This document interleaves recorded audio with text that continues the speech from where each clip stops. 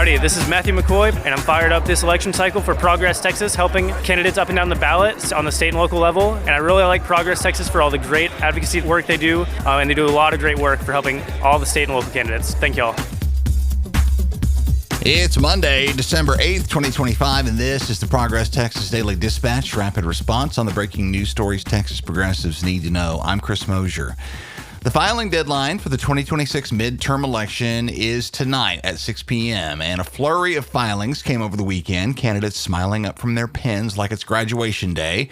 A lot more about the final lineup will be coming tomorrow, of course, but this morning we do have two breaking items. Gabby Birnbaum at the Texas Tribune says former Congressman and recent Senate candidate Colin Allred, whom other sources had noted as of last week had still not officially filed for that Senate race, has decided to pivot to a run for the U.S. House in the newly drawn District 33, one of the two seats still comfortable for Democrats in the DFW area, currently represented by Congressman Mark Veazey, whose base has largely been drawn out of that district. Julie Johnson, who succeeded Allred in the U.S. House when Allred ran for Senate against Ted Cruz last year, has also declared for District 33, while Mark Veazey plans to run in District 30, currently held by Dallas Congresswoman Jasmine Crockett, who, of course, is widely expected to announce her own Senate run later today. Amelia Benavides Colon at Notice writes that Crockett said over this weekend that she was actually still thinking about exactly what to announce this afternoon, telling CNN that she has two checks written out, one for a House re-election campaign and the other to join the Senate primary. And the deadline to turn one of those checks in is 6 p.m. tonight. Crockett's announcement is scheduled for 4:30. Scott Braddock at the Quorum Report was whispering about Colin Allred over the weekend, and his whisperers were also whispering to him that Austin State Senate candidate Sarah Eckhardt, whom we've talked about on this podcast feed, about her plans to run in the newly drawn CD9, which includes College Station and Huntsville, and who's joining us tonight, in fact, for our Austin holiday party, was considering a pivot to the Texas Comptroller's race, a rumor that has been confirmed just a few minutes ago in an email from her campaign, which reads, quote, "The state's chief financial officer has a duty to stand up for public schools and to fight fraud, waste, and abuse in government spending. We don't have time for funny business and sweetheart deals that benefit the powerful and not the people.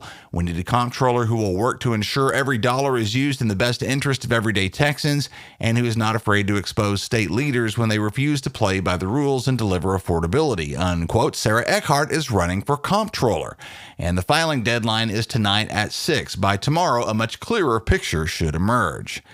Nutty Monday, and of course last week was a nutty week in Texas. What else is new? Pivoting back here to one of last week's nuttier stories, Donald Trump's pardoning of South Texas Democratic Congressman Henry Cuellar on international corruption and bribery charges. We've all known Trump to be very much a transactional kind of guy, but Cuellar may have missed a memo or something here. Anushka Patil at the New York Times says Trump is now bad-mouthing Cuellar for his lack of loyalty after the Laredo congressman immediately filed as a Democrat for re-election after being pardoned. Trump apparently assumed that Cuellar naturally would switch to the Republican Party and is now perturbed that Cuellar failed to read his mind or bend his knee. It crossed our minds, actually, that Cuellar now owes everything to Trump, and we fully expect him to vote with Trump even more than he did before, should he remain in office, so why not go ahead and switch?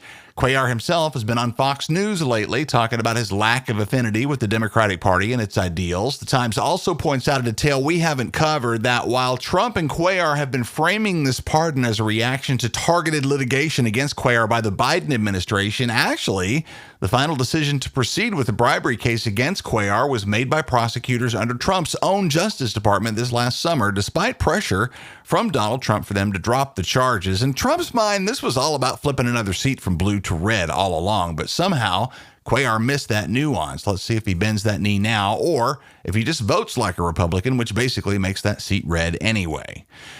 A nice analysis of that Supreme Court call last week to block a lower court call to block that obviously and admittedly racially drawn new congressional map comes from Michael C. Dorff at Justia, who concludes that the 6 conservative SCOTUS justices have displayed, quote, extraordinary arrogance, perhaps even bad faith, unquote, in that decision, holding that the High Court's reasoning that the El Paso panel had made errors in failing to honor the presumption of good faith owed to the Texas state legislature was flawed, as the legislature's stated aim to eliminate coalition districts, by nature defined by race, meant that for the lower court to presume good faith in the legislature would mean supporting the finding of racial motivation. Dorff writes that the Supreme Court has, quote, twisted itself around about the presumption it was applying because of its own presumptuousness, unquote. Interesting read you legal types will appreciate for sure, linked in the show notes. Want to get your tickets right now at progresstexas.org for our 2 holiday parties over the next week or so. The first is coming up tonight, Monday, December 8th in Austin. The second is the following Monday, next Monday, December 15th in Dallas. Both for the first time will feature live podcast recordings with a bunch of our most influential movers and shakers. Tonight in Austin, our pod panel features freshly announced candidate for Texas Comptroller Sarah Eckhardt, State Senator Roland Gutierrez, and Austin City Council member Zoe Caudry.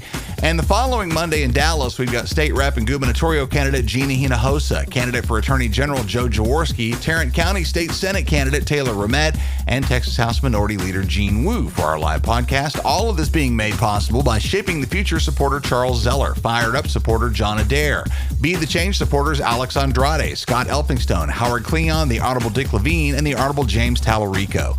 Persistence supporters the Honorable Yasmin Simon, Jason Smith and Sarah Pareda, Unified, and Jerry Yoss.